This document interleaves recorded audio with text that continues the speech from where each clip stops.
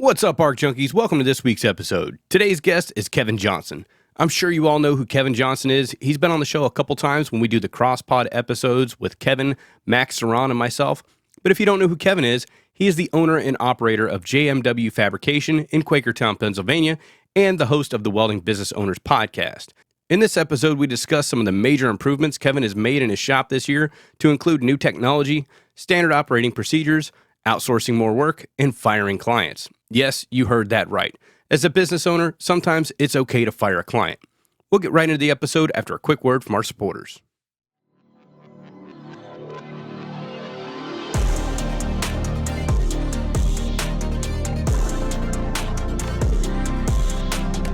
Hey guys, it's Kevin with the Welding Business Owners podcast. I'm here to let you guys know about the second annual Fabricator Olympics coming up on September 28th here in Bethlehem, Pennsylvania. What is the Fabricator Olympics, you might say? Well, I'm here to explain it out to you. It is an industry-specific competition for 30 competitors to compete to see who's the best fabricator in America. Competitors will compete in 6 different challenges of basic fabrication judged on time and accuracy only. Each one of these challenges is only about 15 minutes long and it's not overly complex, but you're only going to win if you're fast and you're accurate. Of the 30 competitors, the top 5 will go head-to-head in the final fabrication challenge to win a full fabrication package, including a Lincoln 180i multi-process machine and a Hypertherm plasma cutter. So if you think you've got what it takes, head on over to FabricatorOlympics.com to get your competitor tickets now. And if you're not ready to compete, that's fine. Spectators have a ton of things to do there. We have spectator games, we have spectator challenges like cylinder rolling contest, cutting competition, torching competitions, and a whole lot of other things to do for people who don't want to compete. We also have a lot of vendors who are going to be there, who are top in the industry, who are going to be giving things away and checking out the new stuff that they have. It's going to be a really great meetup there to hang out with other like-minded people from the fabrication world. And if you're flying in for the competition or spectate, head on over to the website because we have all the hotel information and the airport information over there. If you've got any questions, you can find me on Instagram at Welding Business Owners Podcast, and you can email me through the website at FabricatorOlympics.com. And I hope to see you out there September 28th for the Fabricator Olympics.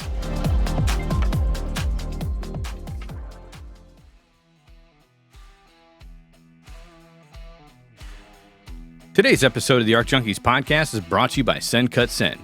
Welders and fabricators, are you tired of the hassle and expense of cleaning, maintaining, and swapping tooling and consumables in your own cutting and machining equipment? Let Send Cut Send handle it for you. Since 2019, they've been offering top-notch CNC laser cutting, water jetting, bending, powder coating, anodizing, zinc coating, nickel plating, hardware insertion, and tapping services. With a wide variety of materials including metals, woods, plastics, and composites, you'll find exactly what you need. Send Cut Send can often ship within 1 to 2 days, making it a fast and efficient solution for your custom parts needs.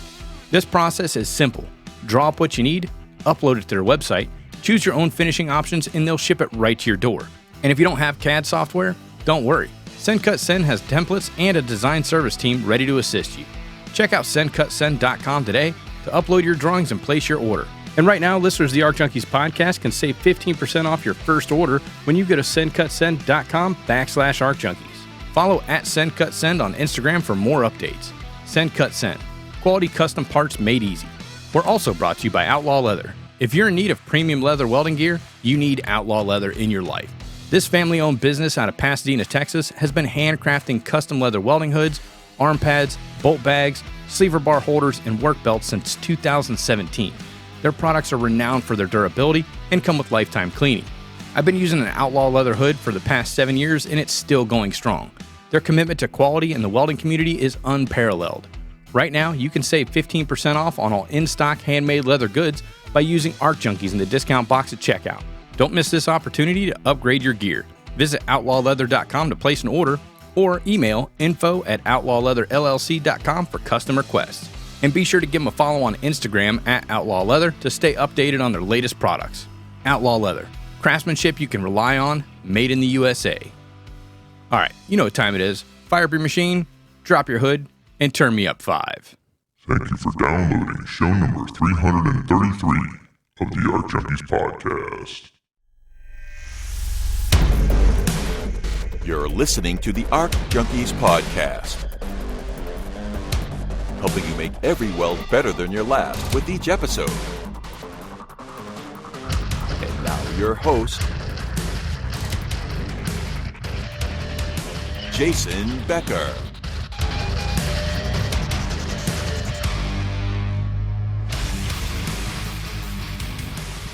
Kevin, long time no see, man. How you been? I've been great, man. How are you? Doing good. You guys, you staying busy up there? We are. We're booked out a couple months. It's good. We see signs of people kind of, hunt for work, but we're really blessed to have enough work for all of our guys, and it's good work too.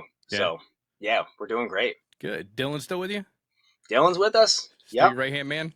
Yeah, man. He's chugging along. Good. He's doing great. Yeah. He's a good dude, man. I got to meet him last year at the Fabricator Olympics when we did it at your shop. He's a solid guy, and then he took first place. I know, which was good. I mean, it's a testament to the type of work that you're expecting when it comes out of your shop. And the cool thing was everything was completely anonymous. We just had numbers. We didn't know whose number was who. So I mean that part was cool because it was completely unbiased. And there was four judges. Yep. Not including me. I had Right. I wanted nothing to do with that.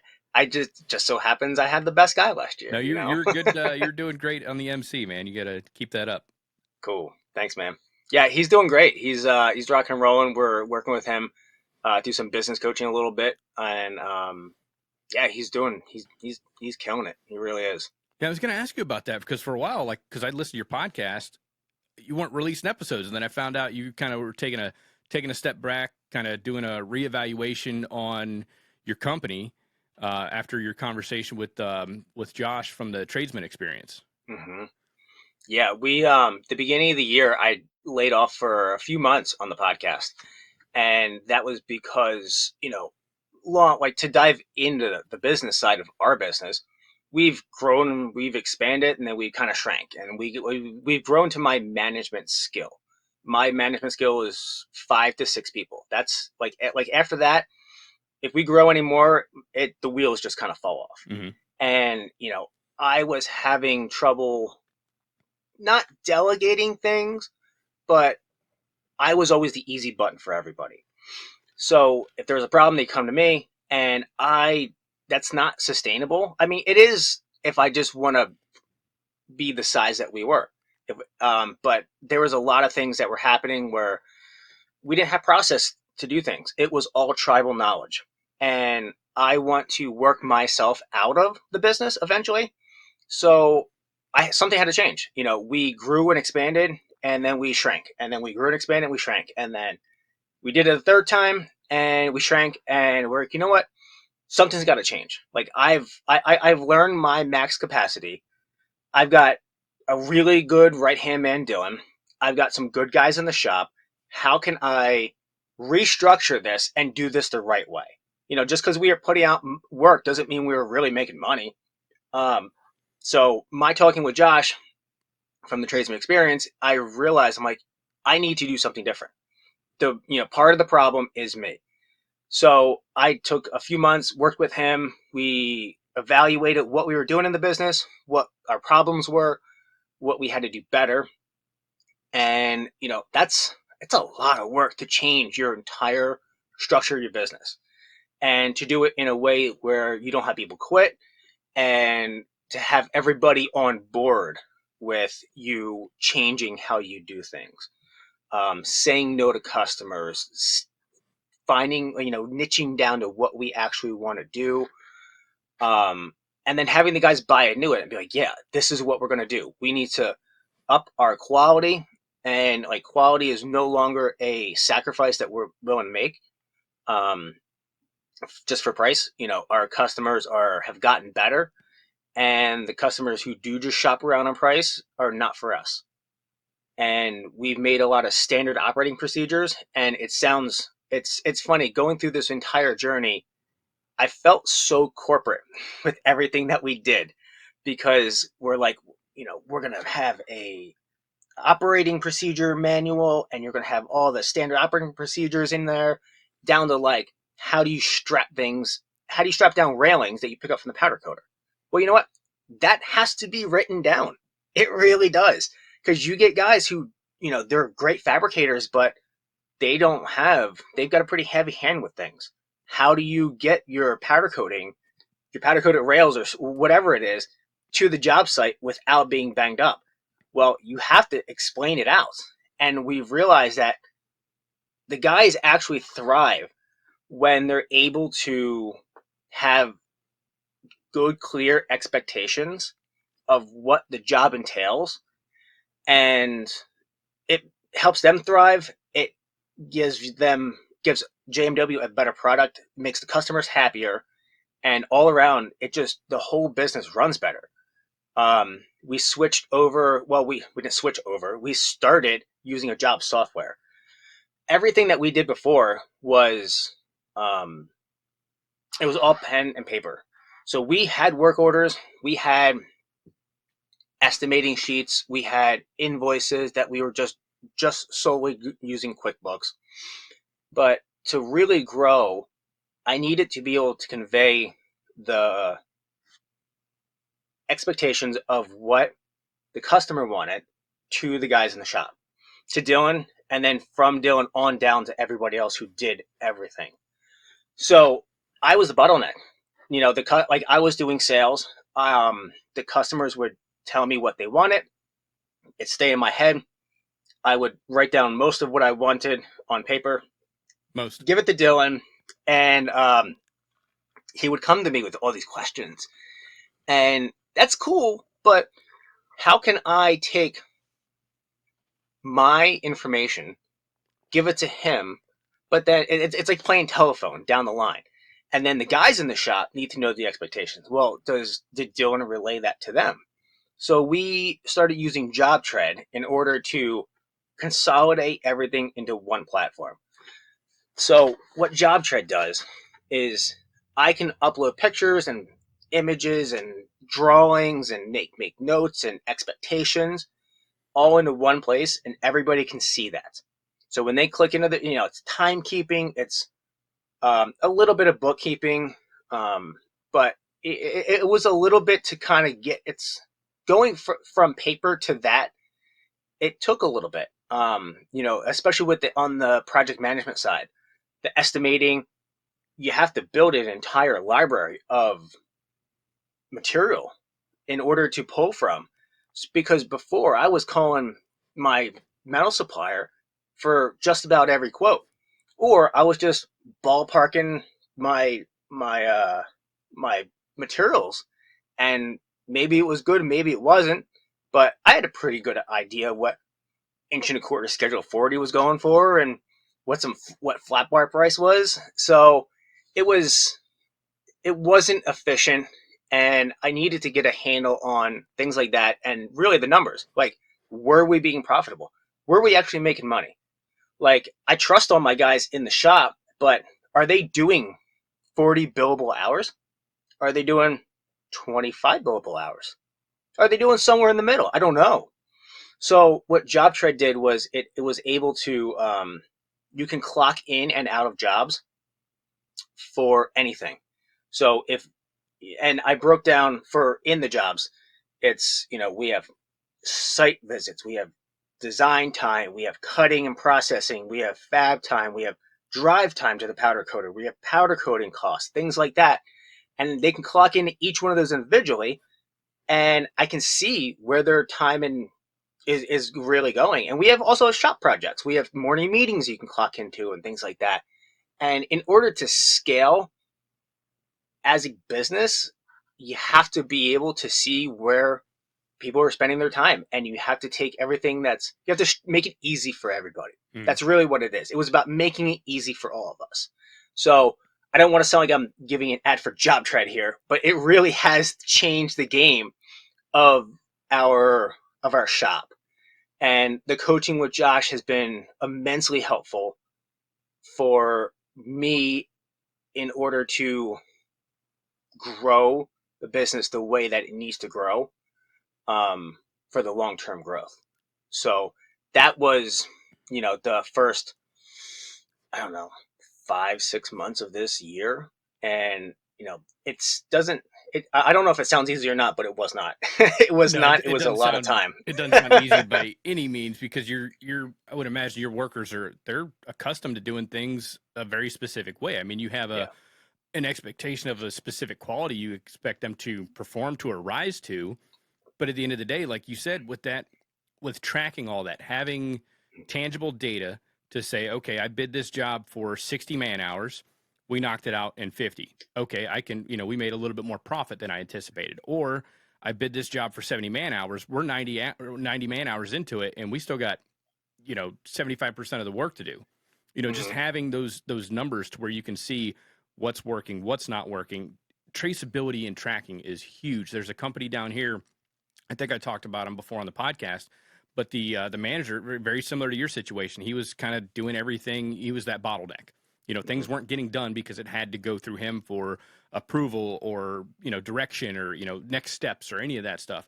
But now he manages the entire company on either an iPad or his phone, Hmm. and he can do that because each employee, they log into a specific job and they're like, okay, I'm going to start coping the material now. Clock in, boom, they cope all this material out. Okay, I'm done coping, boom, done. Now I'm going to move on to deburring, boom. So he can check out all of his cycle times to see what's working, what's not working. Where is the hang up? How do we Hmm. improve quality? How do we improve, accuracy? How do we, prevent missteps and all that stuff? It's kind of almost like running lean manufacturing. I mean, that's becoming a more prevalent talk now, or topic nowadays with a lot of companies. And it's like, how do you implement something like that into a job shop or a fabrication shop where everything's different? You've got low mix but a high volume of different parts. You can't just use the same jig over and over again.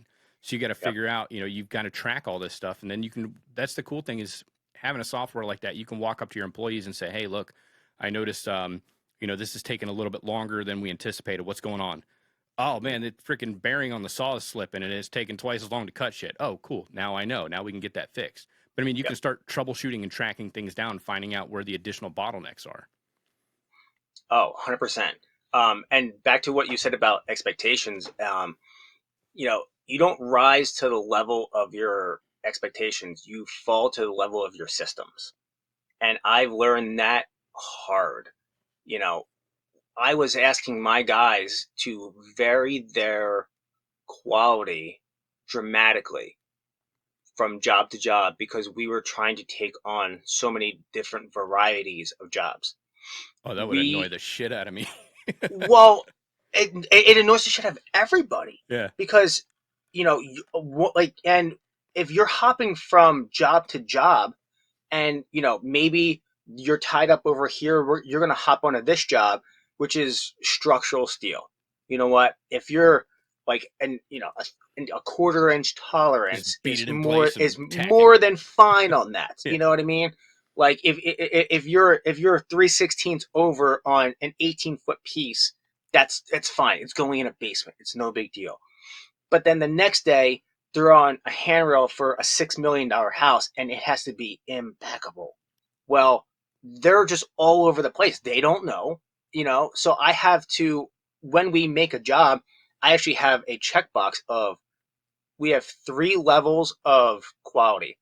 We have perfect meticulous, we have perfect done, and then we have good, which is like it's going in the ground. It doesn't matter what it looks like. Meticulous is really, really high end. I want you to polish everything. I want you to make that thing look perfect. And the other, the perfect done is it just needs to look good. They're kind of in a rush, but we're not going to sacrifice our quality. But it needs to. You have to balance that done and the perfect on there, because I'd love to say that we only do all high end, absolutely gorgeous, TIG weld, beautiful, blend welds out everything, but we don't.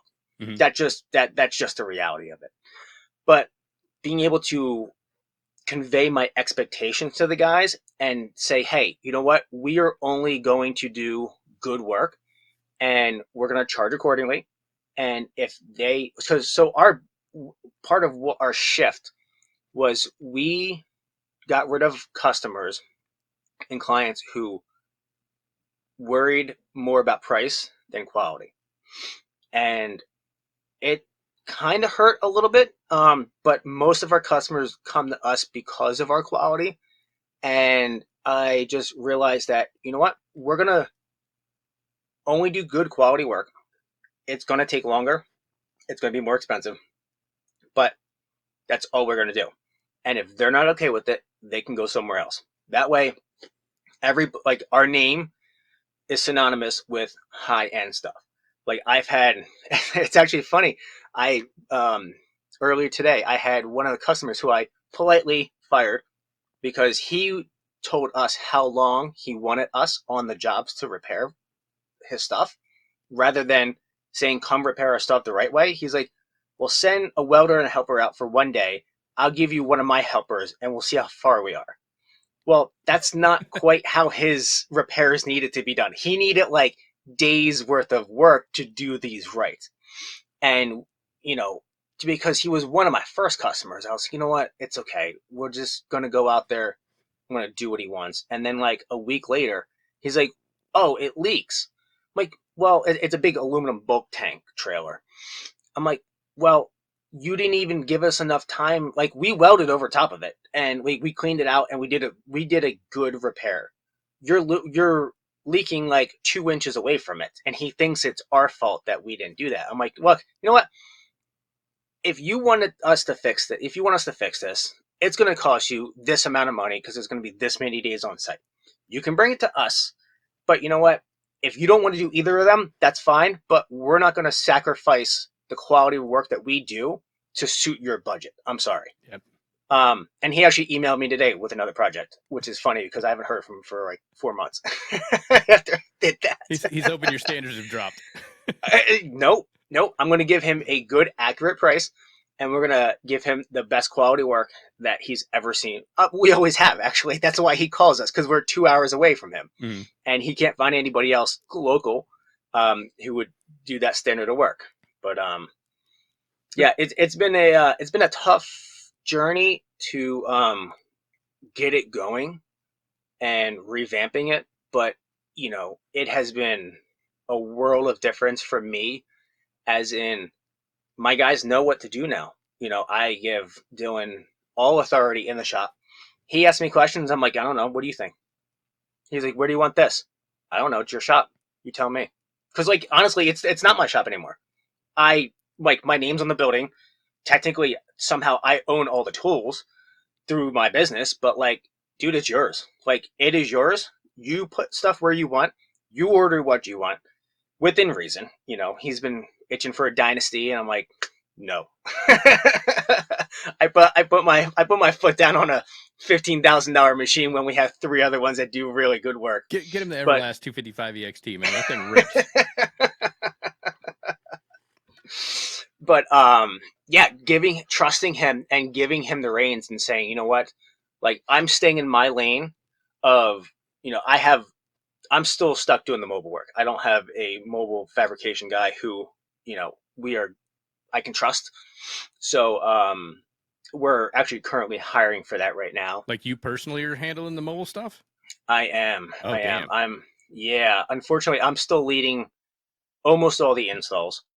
Some of the bigger ones that we're able to mobilize on for a couple days, I'll bring Dylan in on, but he's very much a shop guy and he doesn't want to go on the road. You need a field guy. I need a field guy, and I need a field guy who can get it done with finesse. You know what I mean? Like I need him to be able to just get shit done and have that mentality, but not scratch up the customer's floor and take your shoes off when you go inside if you need to. You know what I mean? And having a guy like that, it's really tough to find, let alone train for it. So right now I'm doing that. I'm doing sales, I'm doing marketing, I'm doing estimating, and I'm doing project management. So I'm really trying to like take a lot of that off of my plate because I'm not doing any of it really well. I'm not. And it's so hard to have deadlines for things and not jump back into the shop. Because right now, the only time that I weld is like when everybody is not there. Fridays, Saturdays, those are my time to come in and get everything done that I want to get done. But I barely ever weld on customer projects anymore. Like, that's not my realm. That's not my lane. I have to stay in my lane. I need to bring work in. I need to be a great project manager so everybody can be good at what they do. So that's been a really tough balance for me because, between project management and estimating and marketing and going out and doing mobile work, I am spread super thin. And on top of not like actively trying not to hop back in and do physical work, that's been the hardest part for me, Tell me about it. Did you find your guys were resistant to the change or kind of receptive to this new software you brought in, new way of doing things? They were actually all on board. So Jesse was actually kind of new to our shop, but but Chris and Dylan were totally on board, and so was Melissa. It took a lot of guessing off of their plate of what we had to do. It just opened up the communication, and we framed it in a way, which was true, that it was going to help us all be more successful. You're not going to have to wonder, did we order this material? You're not going to have to ask me for shop drawings because they're sitting in my email from the customer with an approval, but I didn't give them to you. You're going to be able to log on. You're going to, give me notes of how things are going. A lot of, part of it was sometimes we do repeat jobs and, some piecemeal production stuff, and we keep track of it. And even some staircases, like we're at a apartment complex right now where we go back every year and we replace 5, 6, 7 staircases. And we've done it. This is the 4th time we've done it, I believe.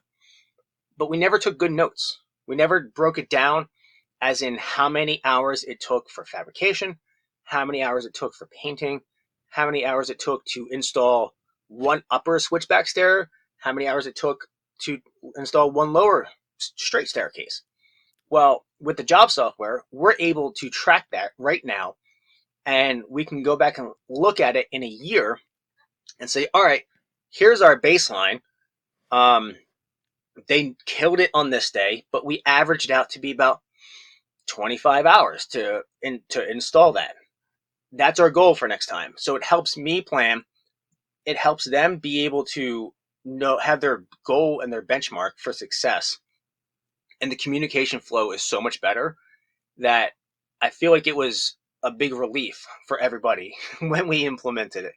It was a little bit of all right, well, where do I get this from this drop-down tab and menu? And all right, how do you want me to put that in? Where do you want me to put that? And once we got over maybe 2 hours of housekeeping of how to physically use it, because it's browser-based, you can go on any phone.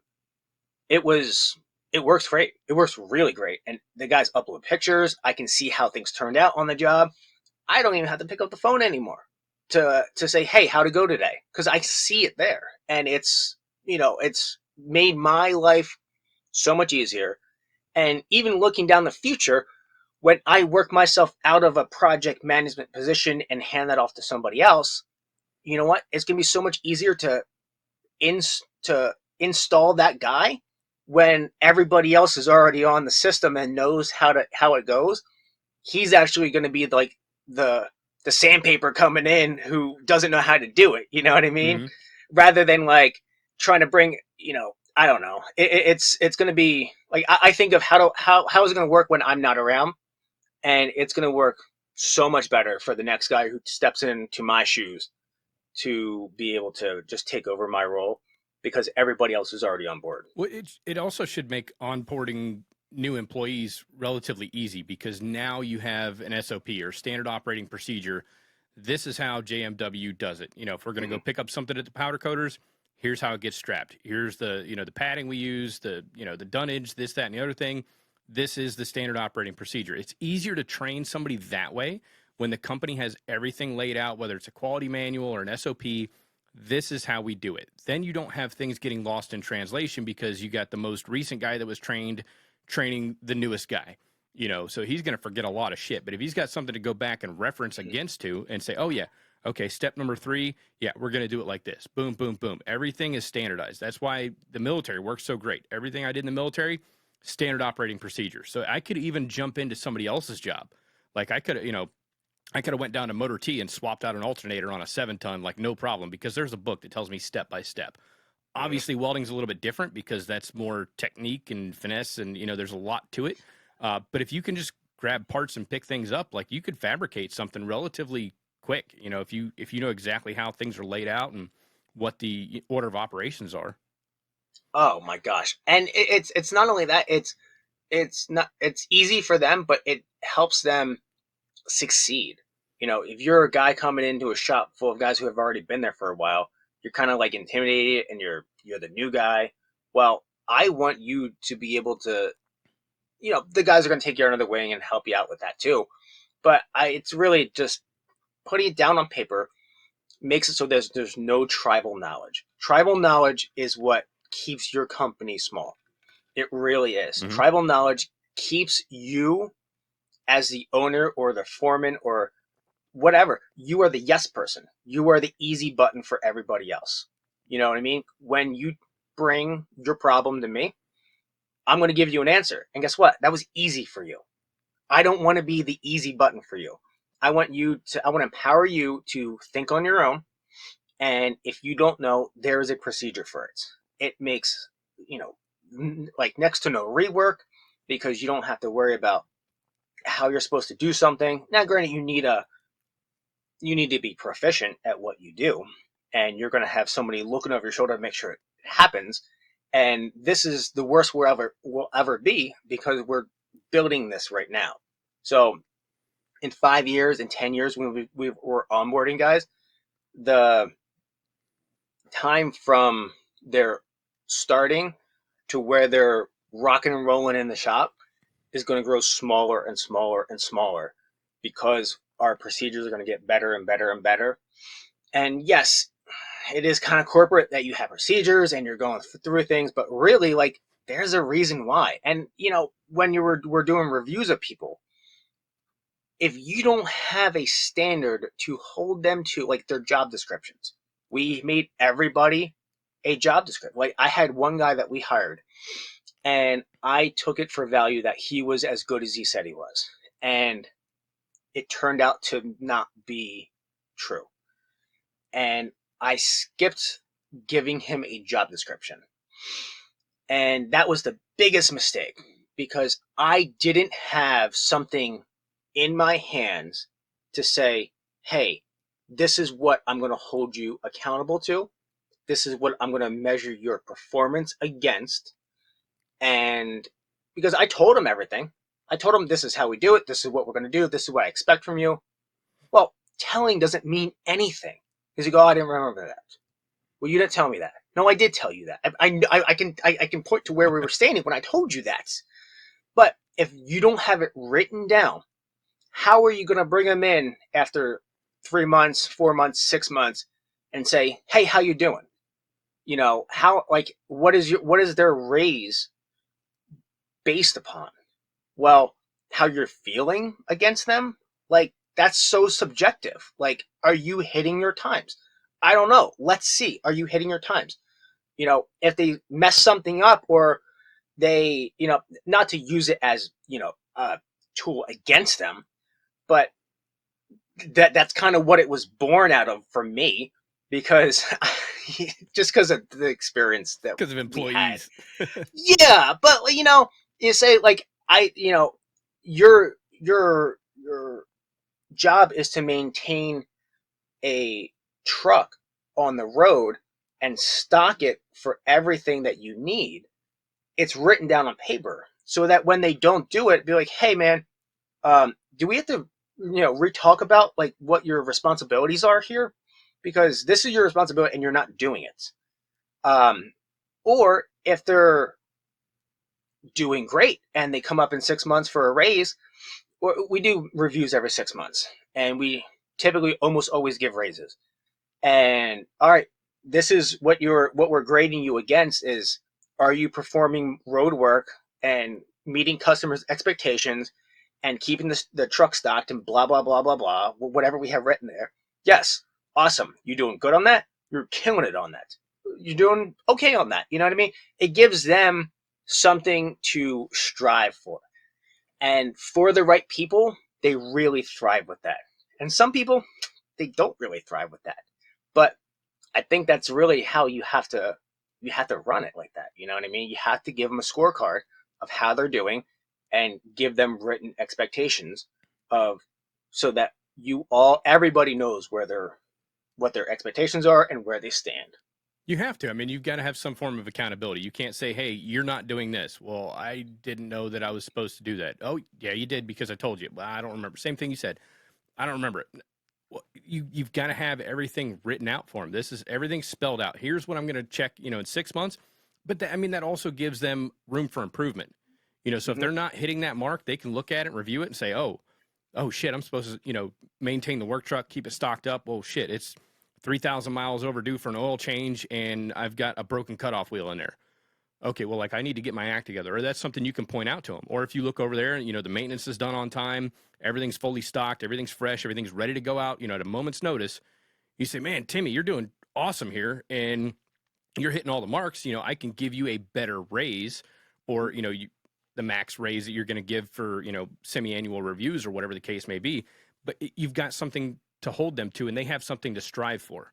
Because if they don't know what benchmarks they need to hit, they're going to be lost in the sauce. They're just going to, even the folks with the best intentions, they're going to try and do good, but they're still going to fall short in other places unless they know what Kevin expects out of them to, where you expect them to be in 6 months from now, especially if you're onboarding somebody new, that's not used to this system. They've done things different somewhere else. Okay, yeah, I got hired. My wells were good. I never got any rejects. I always got a raise every 6 months. Okay, well, here you're going to have some more responsibilities. We've got a little bit more expectations of our employees because of how well we pay and how often we review and give raises and this, that, and the other thing. And then you get buy-in from everybody, and then your coworkers start holding each other accountable. Yep. Ideally, we want to start doing a profit bonus for everybody. And our shop is not a shop that you come in, you click into an easy job, and then you just kind of ride it out. We expect all of our guys to continue learning and continue growing. And we don't want a bunch of guys who just are complacent. You know what I mean? If you want an easy job where you sit in an office chair and you TIG weld parts all day and you just want to put your earbuds in, that we are not the place for that. Dylan sent me something. He was at a firehouse doing work, installing something. And it said on the bathroom door, let me think about how it was said, our minimum standards require your maximum effort.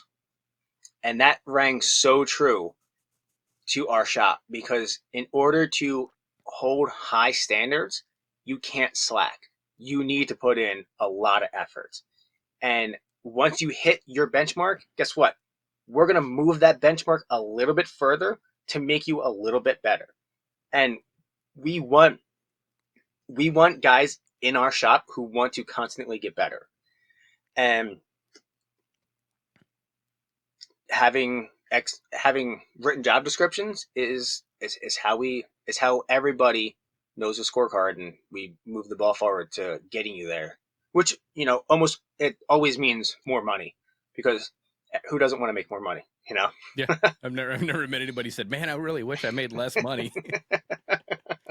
No, but it's good that you're, especially as a small business, that you're adopting new technology and stuff. And I think that's what it's going to take to separate you from your competitors. Like you said, you've had to fire some clients recently. Well, what's that going to do? That's going to open the door for higher end clients that are willing to come in, work with your team, pay a little bit higher for better quality because you have a standard of quality. It's not like, it doesn't matter if it's a half inch off, it's going to get buried in concrete, whatever. I mean, you've got a minimum standard now. And if folks don't want to stay on board and kind of grow with you because it's going to be a little bit more money for them, even though they're getting a better quality product, maybe you're not the company for them. It's not that you're too expensive for them. It's you're outside of their budget. And I've had to fire clients recently too. And I thought that was the weirdest thing as a business owner. It's like, I think I was talking to Drew Petty, and he said something about firing clients. And I was like, you know what? That's a brilliant idea. because they're a pain in the ass to deal with. They pay late. It's hard to work with them. You want to do a good job for them, but at the end, you're getting the shitty end of the stick no matter which end you pick up. And so I've had to fire clients, and at the time I'm like, man, I'm getting rid of a source of income for my business and myself. But that's going to free me up to work harder for another client or onboard a new client that, is going to appreciate the value of care that I provide for them. 100%. It's weird, but that's the cool thing about being a business owner is you're like, you know what? I don't want to work with you anyway. So here's the number to somebody else that might be able to help you out. Appreciate it. Life is so much easier when you have good people that you work with. And it's so counterintuitive when you're first starting out to say no to people, especially when they're willing to give you money. Yep. And I had that problem for a long time. I would just say yes. And I even slip sometimes and still say yes to things that I shouldn't. In fact, I put out bids today for small little jobs that are just going to be a giant pain in the ass for me. And I'm like, why did I just say no to this? How was I thinking? Anyway, honestly, I wasn't thinking. It got sent to me. I sent them a price, and I'm like, I don't want to do that little rail. That's no. Anyway, it was a mistake. Unfortunately, I think they said yes to it, but I wasn't even thinking. Anyway, business is so much easier when you have good people you work with. There's a lot less headache. There's a lot less communication back and forth. You don't have to prove your worth anymore. If guys yell and scream on site and they don't, because they're behind, therefore you're behind and it's your problem. I don't want to deal with that. Having clients who understand that we do good work, it takes time. They're willing to wait for it. We are really, really blessed to be able to have those kind of clients. And honestly, we've built that rapport with them. It takes time to prove to them that we are good enough to wait on for things like that. But life is so much easier when you enjoy what you do and you enjoy the people that you work with, that I don't understand why more people don't do it. I do understand why, because there are a lot of guys are afraid to say no to people who are willing to give you money. And I was there. And once I was able to change my mindset and say, you know what, there's a lot of work out there. There's a whole lot of work out there. I don't need to put up with the junk that they're giving us. And I don't want to anymore. It's not worth it for us. It keeps me up at night. I come home stressed. My family gets the blunt end of that stress. And that's not fair to them. And I'm done with it. And firing some customers was some of the best things I did in business. All right, we're going to go ahead and take a quick commercial break. This segment of the Arc Junkies podcast is brought to you by Everlast Welders. Upgrade your welding game today with Everlast Welders. Their affordable, high-quality machines come with a 5-year warranty and fast shipping. From home hobbyists to small business owners, Everlast has you covered. And right now, listeners of the Arc Junkies podcast are going to get a free Nova foot pedal and TIG torch upgrade when you buy any machine that comes with a stock foot pedal. Just use Arc Junkies in the comment section at checkout. Visit everlastgenerators.com to get started. Everlast Welders. Weld mean, weld green. Now let's get back to the show. Yeah, and like you said, it's difficult because they want to give you money. They're like, hey, I need this rail welded, and I would like to pay you for those services. Okay, but it's going to be a pain in the ass to work with that client. Your stress level is going to go through the roof because this isn't right and that's not right. And it's like dealing when I did my mobile welding business, I'd rather deal with a contractor any day of the week when it comes to getting work done than a homeowner. But then on the flip side of that coin, I'd rather deal with a homeowner any day of the week than a contractor when it comes to getting paid. Yeah. But I mean, there's the delicate balance. Like, I'd rather work for the contractor because it's less stress because they know how construction and installs and all this stuff operates. A homeowner wants everything perfect and they want to get it for the best possible price. The contractor's like, hey, as long as you can hit this date right here, I'm going to pay you this much money. Okay, boom, done. We'll get it. So to sit there and tell a client, yeah, I don't think we're a good fit for you anymore. I mean, it's a difficult spot to be in, but like I said, it's going to open the doors up for higher clientele, people that are seeking out that work. Absolutely. And saying no to a customer isn't always just because they're not a good customer. Sometimes, like, we say no to customers because we just can't compete on price, or there are other people who just do that better. Like, we don't do Yep. signs. Like, we have a plasma table, we don't do signs. I send my signs to Five Rivers Fab. Raj over there, shout out to him. He does a fantastic job at signs. I have no interest in getting in the sign game. Will I do it for a really good client of mine? No, actually, I have a no. Seriously, No. I have I thought a there was going to be like a really definite maybe in there, but it was a hard no, no. no. I have a really close friend of mine, very close friend. He asked me for a sign for his farm, and I told him, I'm like, I am not going to do the sign. I said, I'm going to hand this off to somebody else because he's going to give you a better product for the same, if not cheaper price than I'm going to give to you. So how about you just go to him? And that was one of a very close friend of mine. So no, I won't even do signs. But it's not because I don't want to do signs, or the sign business is whatever. It's because I have guys in my Rolodex who are better at that than I am, that I can give to my customers, even if I don't make any money on it. Just like, and most of the time we don't. Like, we're not the middlemen for almost anybody. There are one or two jobs where we are, but most of the time it's just like, hey, call this guy. You know what? He's going to do it better. Like, we don't need to put 20% on top of this. You just go do it. Go to them. And it's because we don't have the bandwidth to be able to juggle jobs like that. So I would rather not. And so saying no to customers is not just because they're a bad customer. Sometimes it's just because your guys are good at one thing, or good at a niche, and you don't want to distract them with something else, because my guys don't make signs and we're not in the sign business. So to throw them signs and tell them to grind the edges and things like that, and how to put studs on things like that, they're not going to be good at it because we don't do it. So it's not because they're bad. It's because the sanity of the guys in your shop, and it's just not what you do, and you have to be okay with that. It's outside of your typical scope. I mean, everybody's got to find like that niche they fall into. I mean, when you start off a business, you're willing to take whatever walks through the door. Mm-hmm. Like, hell, even at the school, like, I still every once in a while I'll take in a side job, but I've got to know when there's other people that do that for a living that are going to give it to you at a better price, and they're going to be able to get it to you within your timeline.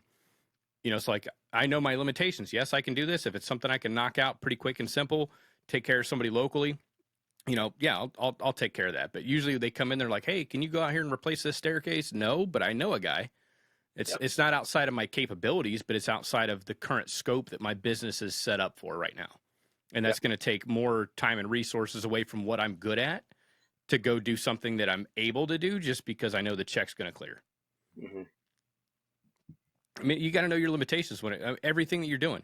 I mean, there's probably a lot of things that you don't do that you're capable of doing, but because it's not within your scope of work or standard operating procedure or whatever, what your guys are good at, what they're comfortable with, you're going to turn that down, because at the end of the day, it's going to end up costing you money. It's going to be more of a hindrance than it is anything else. And it might cost us money, and it has a lot of times we have literally paid people to do their job, and that hurts. That's not profitable.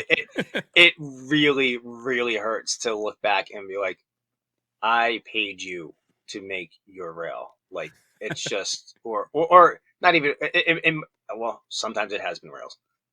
But it's, keep people in the wheelhouse that they're good at. And, that's how you can scale. My guys are good at what they do, and it's unfair to ask them to take something so far out of their wheelhouse where they're not able to be successful at it. Even if, we can do anything. We can, I'm of the mindset, if somebody else can do it, we can do it. We just need to figure out how to do it. Sometimes it's just not worth us figuring out how to do it. My guys can do structural steel. Asking them to do structural I-beams and columns and go install them, they're going to go so far over hours because they're going to have everything within like 60 thousandths of an inch. And you don't need that when it comes to structural steel, but that's how we do things. So if I take something that is not what they're good at or what my standards the standards I've drilled into their head and ask them to go outside of that, it is setting them up for failure, which is going to make them unhappy, unmotivated, unproductive, and it's just not fair to them. So why put all of us in this boat when I could just say no and go to this guy because he's going to do it better, and frankly, we just don't want to do it. Yeah, and I mean that makes perfect sense. Like I said, you got to know your limitations. You don't want to put your job or your guys out on a job that they're not accustomed to doing. Yep. It's just you're setting them up for failure at that point.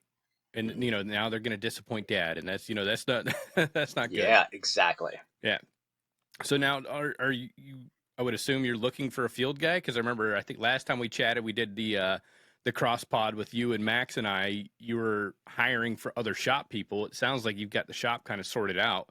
Are you in the process of onboarding or hiring like a field supervisor, kind of like a Dylan for the field version, so you can get back into the office and do what you need to do? Because you're originally you were the bottleneck for the shop, but now you're handling all the on-site installs and all that. Mm-hmm. We are actively trying to hire and recruit for that. I think it's going to be more of a recruitment position than it is an Indeed ad. Although we are doing Indeed ads, I think the specialized guy that even girl, really, honestly, we've had women work in the shop and they have an eye for detail. The person that we're looking to hire is already working somewhere, and we're just looking for somebody who's good enough and isn't happy where they work, or even if they are happy, they just want to make somebody. Yeah, there you go. Yeah, I like for the position that we need, we kind of have to poach somebody, and I have some feelers out, but we haven't gotten anything yet. And to be honest with you, I would rather not hire for this position for the next 6 months and then find a good guy than hire a dud and have him sit around and not work. Not sit around, but not work, but not work out. I would rather not hire somebody and then hire somebody and have them not work out. I really would. So it's a slow process. It's a very specialized, like we've got the truck with the crane and it's outfitted for the service body, but we have magic erasers in there. We have like little booties you put on your your feet if you need to, because that's the kind of stuff that we do. You know what I mean? Like it's a very heavy work hard truck with a lot of delicate stuff in there. That's pretty slick. I mean, it's geared up for the type of work that you're doing. Yep. And that person is a very specialized person, and we'll find them. They have to be able to want to travel, and they have to have that finesse to be able to work on high-end staircases and high-end railings, and be a people person and show up dressed appropriately and things like that. All the soft skill stuff that you can't really teach people. So and that's a hard thing. I mean, like I've been on, I've worked for different companies, and they flat out told me, like, Jason, when you go meet with the homeowner, you go meet with the contractor, you're the only person that's allowed to talk to them. Like everybody else, they're going to hang out because they don't have the people skills. Like I had that ability to be able to like flip my vernacular depending on who I was talking to, dress professionally, but still dress well enough to be able to, like get dirty and work with the tools and all that, but still, maintain a line of communication with either the contractor or the homeowner. You've got to have that. You got to have that skill set, and it's a lot of finesse, with the client, but also with the material. Absolutely, that's a very special person. It's gonna be that's gonna be a difficult find. And if you're out there and you're in like Eastern Pennsylvania, hit me up because I will entertain you. Now, like you said, be willing to travel. How far? Like, what's your radius? I mean, like, how far outside of where you're located are you working? So we're about an hour north of Philly, and we go up to 2 hours away. So that will take us into, we have jobs in Manhattan right now. We have one job in Manhattan, North Jersey, South Jersey, out to Harrisburg area, down into Philly. So they would have a truck, they would take it home with them. They would come to the shop when they need, and that would kind of be what they do. So it's not that far, but it's far enough to just kind of be a pain, you know. So we're trying to dial it back in a little bit more local for our stuff, but with the technologies that are coming out, like laser scanning, it's not really that big of a haul to go and do jobs in Manhattan. You know, we're Manhattan's, depending on traffic, it could be an hour and a half, could be 3 hours. Could be 6 hours. Yeah, I drove through New York It one time. That it sucked. it it's terrible. It's I went absolutely through terrible. Queens. It was horrible. Yeah, but if you're able to have good contractors out there, for some of the nicer stuff in Manhattan, you can go up there, and with the technology of like laser scanning, you can go up there, you can have one interaction, you can shake hands with the customer, see the site, take all the notes, you can laser scan exactly what you need there. There's no missing measurements for anything. Take it back to the shop, make your drawing, your rendering, and make it within 30 thousandths of an inch, and have confidence in your fabrication back at the shop, that all you can send it straight to the powder coater. You can pick it up, and all you have to do is make another trip up there to install it. Now, granted, that trip might be an overnight job or something like that, for depending on what it is, but you're not driving 2 hours up there and 2 hours back, 2 hours up there, 2 hours back every time you need to go up there.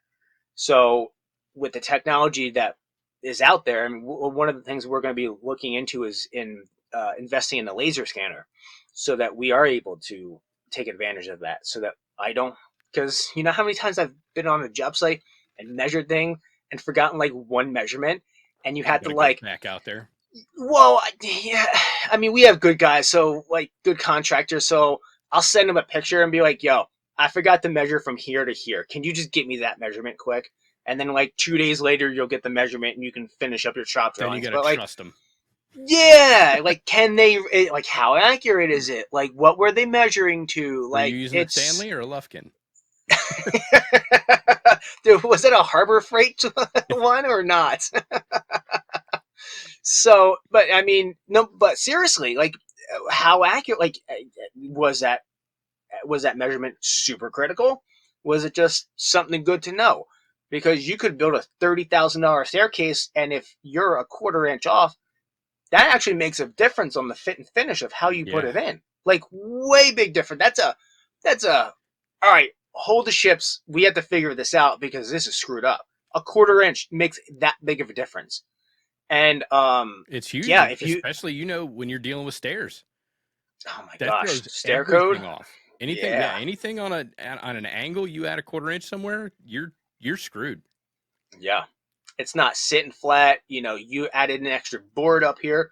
Now our handrail, we don't have an inch and a half between the handrail and the wall.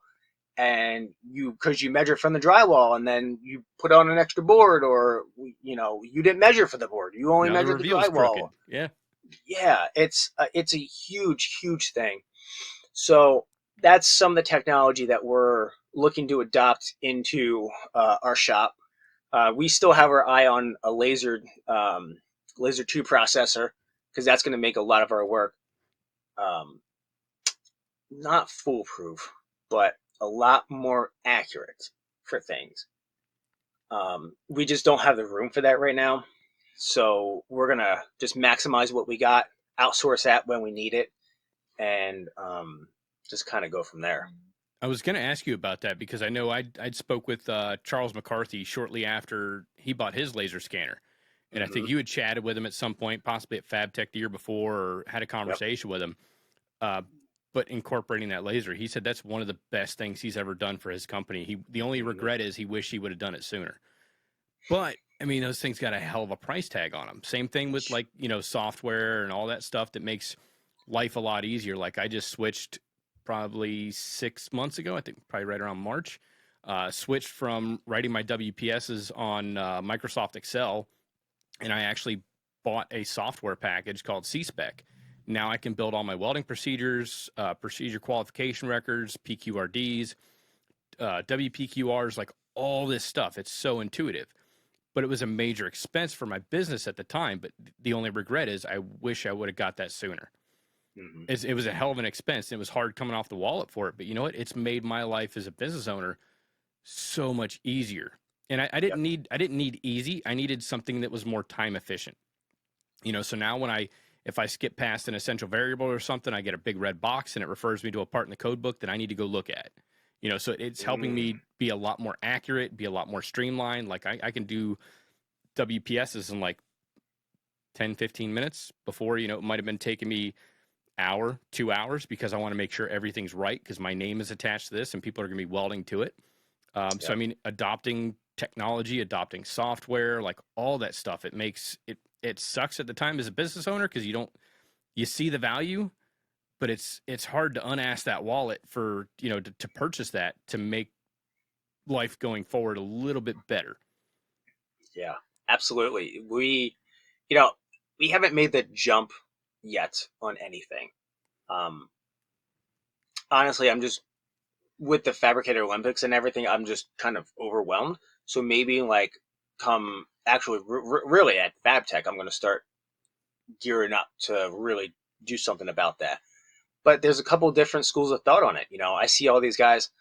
They're like a BLK 360 is, you know, $20,000 to get into, up to the Pharaohs, which are $70,000, which, you know, that's a big expense and it's great to have it. But then I was also talking with Adam from Maker Table, and he laser scans stuff, but he rents all his laser scanners. He's like, you know, the technology is moving too fast to make a big investment like that.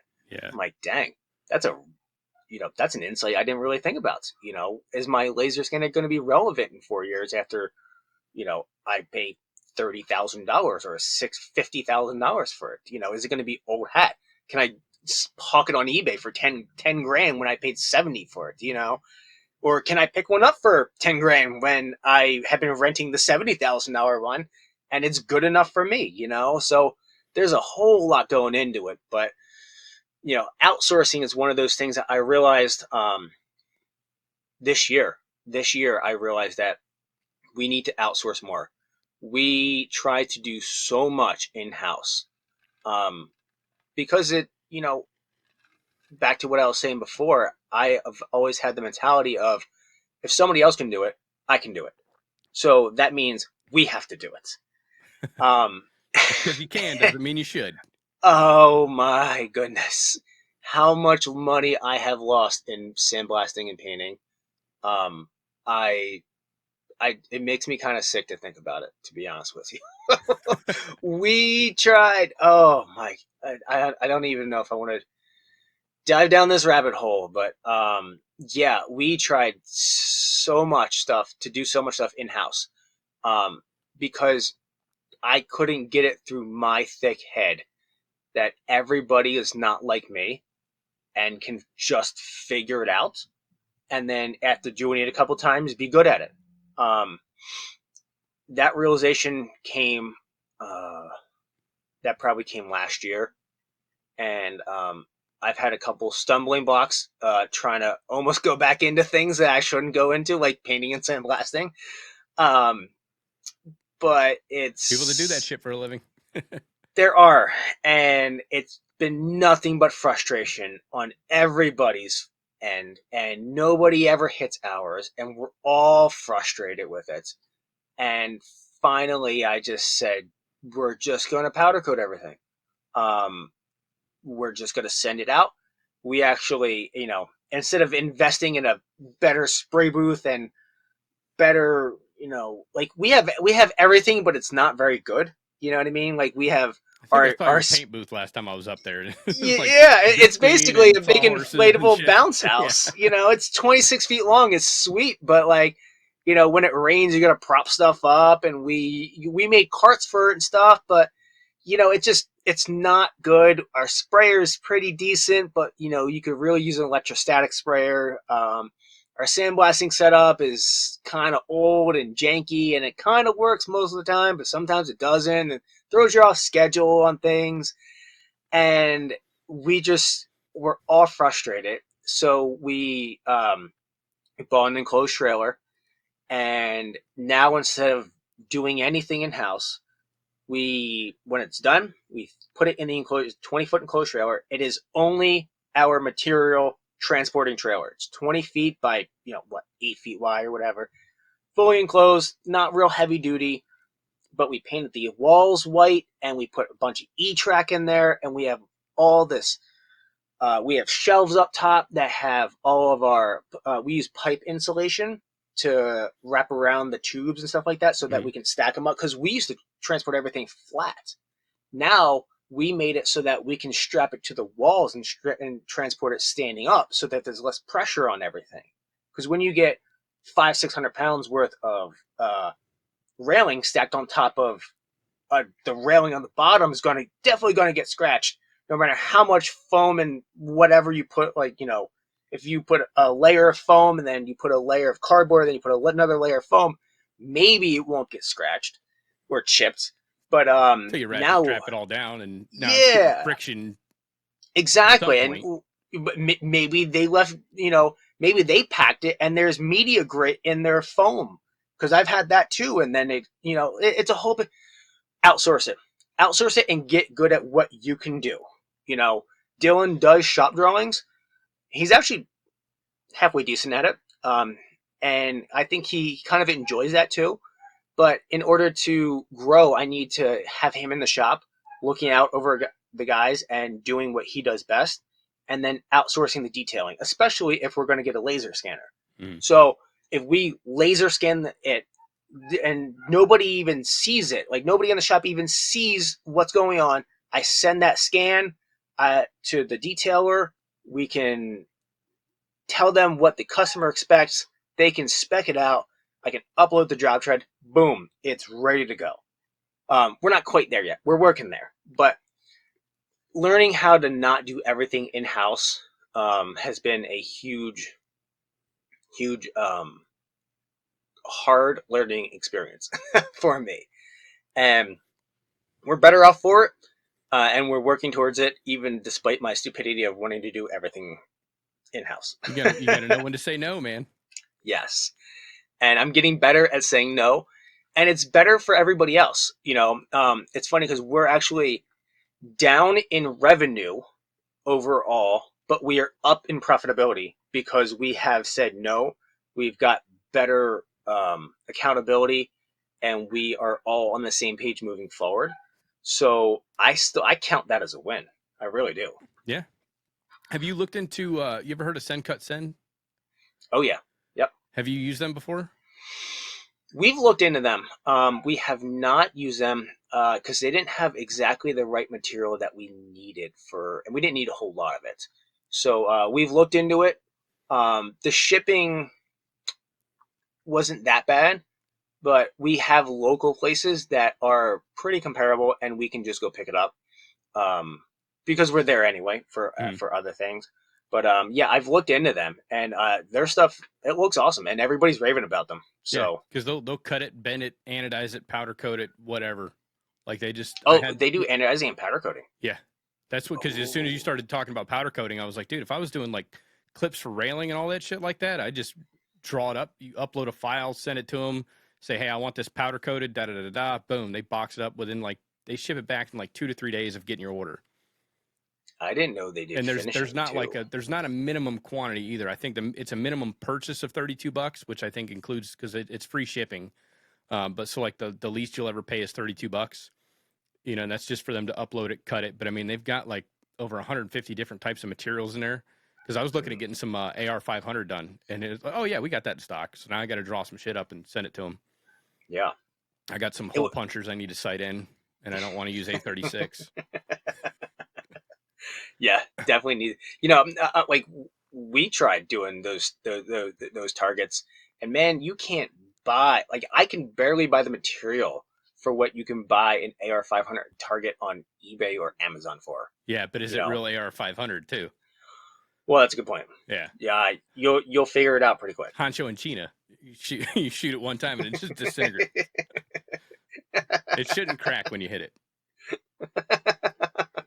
So now I know you've got the Fabricator Olympics coming up. I was privileged to be a judge last year, and we were talking about it before the episode kicked off. But you're planning on doing it again this year, bigger and better at a new facility. I mean, I thought it ran great at your shop. How many people did we run through last year? And I mean, you got an awesome shop, but I mean, it's not meant to hold something like that. But we ran through a shitload of people in like 6 different types of competitions Hmm. within 6 hours, 7 hours. Yeah, and even that was long. So it's our shop was, so I guess back it up a little. Fabricator Olympics is a competition that I just kind of dreamed up, and it's something that, because we do more fabrication than we do welding, I really just have a love for the fabrication aspect of things. And there's a lot of welding competitions out there, and they're awesome. There's some really cool stuff out there, but there was nothing that was strictly for fabrication.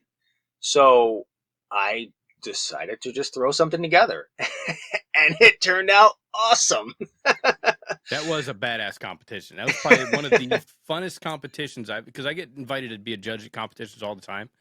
That one was fun. It was different because it wasn't your typical welding competition where I'm out there measuring fillet welds and weld quality and all that stuff. There was so much more Yeah. to it. It was a lot more complex, which fabrication is. Hmm. Yeah, thank you. That it was a lot of fun. It really was. Lincoln stepped up huge and believed in our vision of what we had, and they put together like a package for us that they gave us basically anything we wanted. All the machines, all the PPE and stuff like that. And last year it was awesome. Our shop is not set up for something like that, and it was logistically, it was just a lot. This year it is going to be bigger. It is going to be better.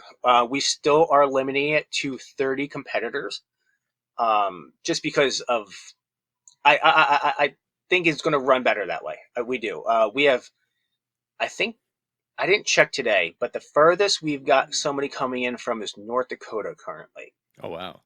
Yeah, people are flying all in from all over the country for this second annual, fabrication competition. So, really, really humbled by how much people are loving this. This is really something that I feel like nobody has tapped into, because it's unique because you're not judged on your welds. There is welding involved, but you're but you are but the competition is really just, I'm trying to think how to explain this. Accuracy and time. Yes. I mean, So for the a good competition, part of it. yeah, the competition is really just basic fabrication skills. It's cutting, coping, plasma cutting, it's flame cutting, it's grinding, it's all that combined into basic, really basic competitions. And you're only graded on time and accuracy. Like, if people have welded and done a project before, they're probably going to do most of of what you can do for these competitions. But the key is, can you do it fast and can you do it accurately? I feel like a lot of people are intimidated. They're like, "Oh, I'm not good enough. I don't know. I can't do this. Whatever. This giant complex thing." No, it's not that. It's actually pretty basic. So we are going to limit it to 30 people this year. We are having it at a different event. It's not it's an industry event, but this year we are holding it at a VOTEC school. Logistically, it just works better because they have an entire welding program there. The principal is totally on board with what we're doing because he used to be a welder. They've got the food truck there. They've got the parking there.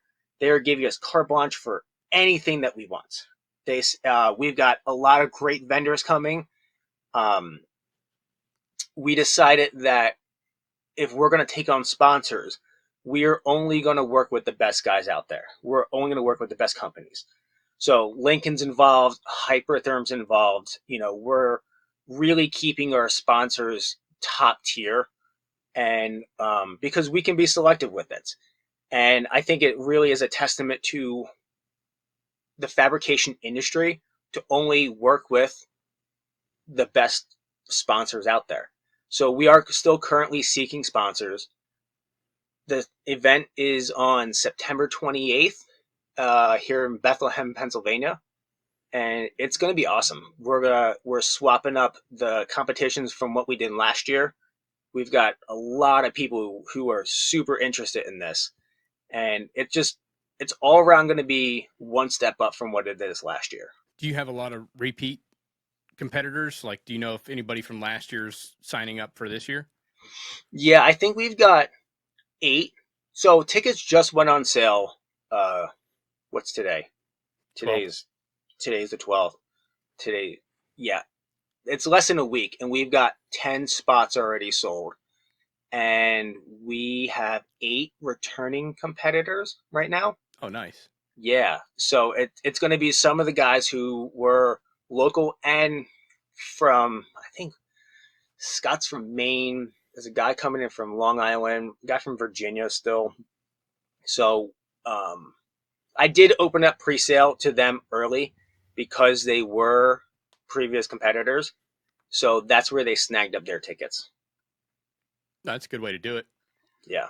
I mean, that way, I mean, I had it, like I said, I had a freaking blast last year. And I don't want to give away a lot of the things that you did as far as competitions, but I mean, yeah, if you're good at welding, cool. I mean, you should still show up because it's not a welding competition, it's fabrication. So you've got drilling, cutting, layout, fabrication, like assembly, keeping things square, having the ability to eyeball things. I think the drilling competition was probably my favorite event.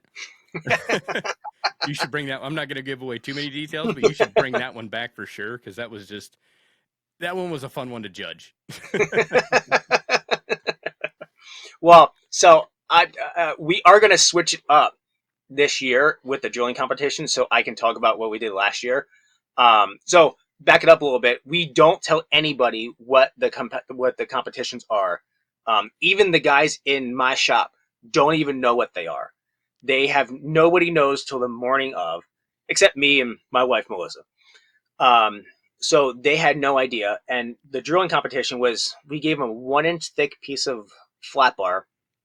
We gave them a brand new drill index, a drill, and they had to make a 1/2-inch hole in that flat bar as fast as they could. No, like whatever that looks like, pilot bits, oil, no oil, doesn't matter. Get a 1/2-inch hole through a piece of 1-inch flat bar as fast as you can. And boy, did we realize people don't know how to use drill bits. Holy, broke some hearts. That was a humbling experience for some guys. Well, the cool thing is everybody got a brand new drill index. Mm-hmm. So if you used one bit and you drilled correctly and you got all the way through, you got a brand new drill index. No problem. I mean, like I said, brand new. I mean, those things are like $60. Yep. But if you started off on 3/16 and just smoked your bits all the way up to a 1/2 inch, I mean, you got a nice, small box of scrap material as a keepsake.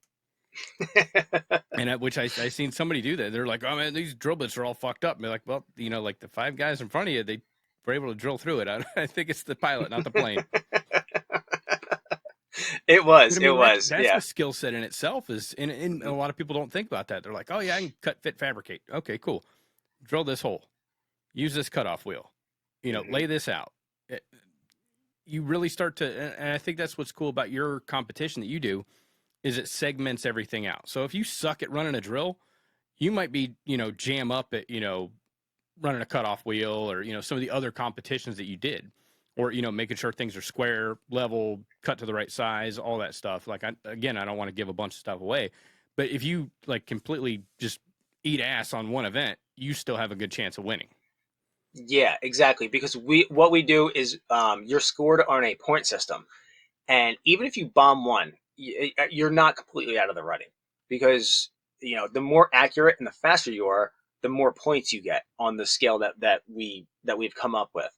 And if we average out all your points for all 6 events, so we add them all up, and whoever has the highest score at the end is the top 5 people get to go for a head-to-head competition. So the top 5 point earners compete in one fabrication challenge where everybody gets It's the same challenge. You have to build something. What it looks like, that's going to vary. But you all have the exact same playing field. You all have the same welder. You have the same tips. You have the same helmet. You have the same table. You have the same material. You have, Lincoln they provide all your PPE. If you're a competitor, you get to keep all your PPE, all your gloves, jackets, beanies, eye protection, everything like that. You get to keep it.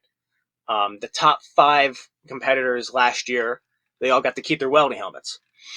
And then the top point earner last year was Dylan. He won a brand new Lincoln 180i multi-process welder and $1,000 cash. This year, we're doing a complete fabrication package because I think it would just be really cool to give away everything you need to make something in your shop or start your own side hustle or continue growing your business. So we're giving away another Lincoln 180i multi-process machine and a hypertherm plasma cutter as the grand prize. Oh, nice. Yeah. So whoever is the best out there is going home with those two prizes. I don't know if I'm going to be able to judge this year. No, I got you. You need a plasma cutter? I don't need one, but I like collecting tools. That's kind of like an addiction of mine. That's the only reason I'm in this game. I work to pay off my tool addiction. Right. That's why I started. Yeah. It's like I need cooler tools. Yeah. And with having it at this at the tech school this year, like I said, it's an industry competition. It's not a student competition. Students are more than welcome to compete. If you're good enough as a student, come on, bring it on. But you got to get in there quick, and you got to be good. But with having it there, it gives us a lot more room for things for the people who aren't participating, like the spectators. Mm-hmm. We're going to have a lot more vendors this year. We're going to have room for games, industry welding specific games.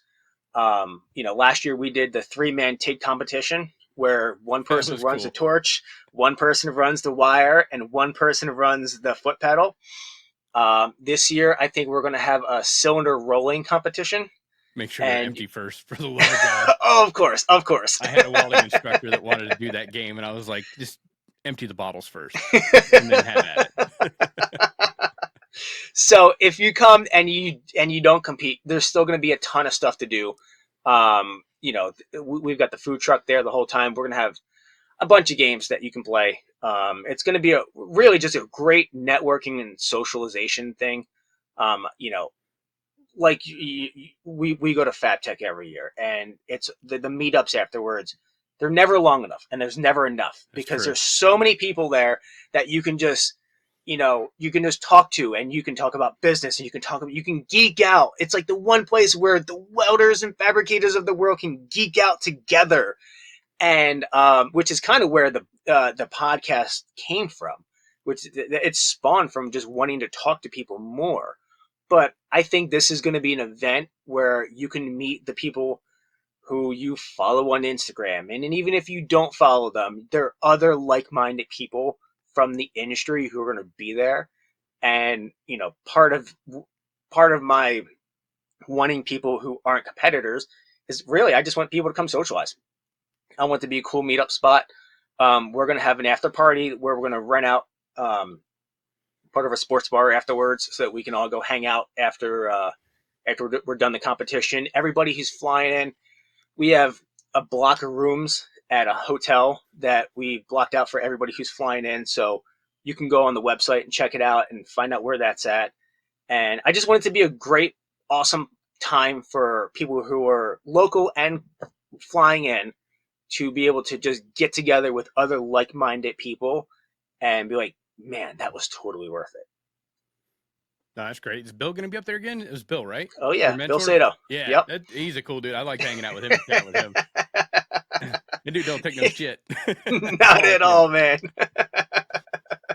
That's where I got it from. He taught me everything I know, man. Yeah. No, I like him. He's a good dude. Well, yeah. Kevin, go ahead, plug the event one more time as far as like date, time, location, how people can get signed up, and then plug all your socials, and then obviously your podcast. Awesome, man. Well, geez, that's a long list. Yeah. So, Fabricator Olympics, Bethlehem, Pennsylvania, September 28th. You can check out the Fabricator Olympics stuff through our Instagram. It's Welding Business Owners Podcast, or you can go buy tickets and check out last year's pictures and videos and everything that has to do with Fabricator Olympics at fabricatorolympics.com. You can find me, my shop at JMW Fabrication on Instagram. And then you can find the Welding Business Owners Podcast on just about any, podcast player you've got out there. You can find the podcast also on YouTube, youtube.com/Welding Business Owners Podcast, and Instagram at Welding Business Owners Podcast. I mean, it's a long name, but it really gives a good description of what we are. So, Yeah.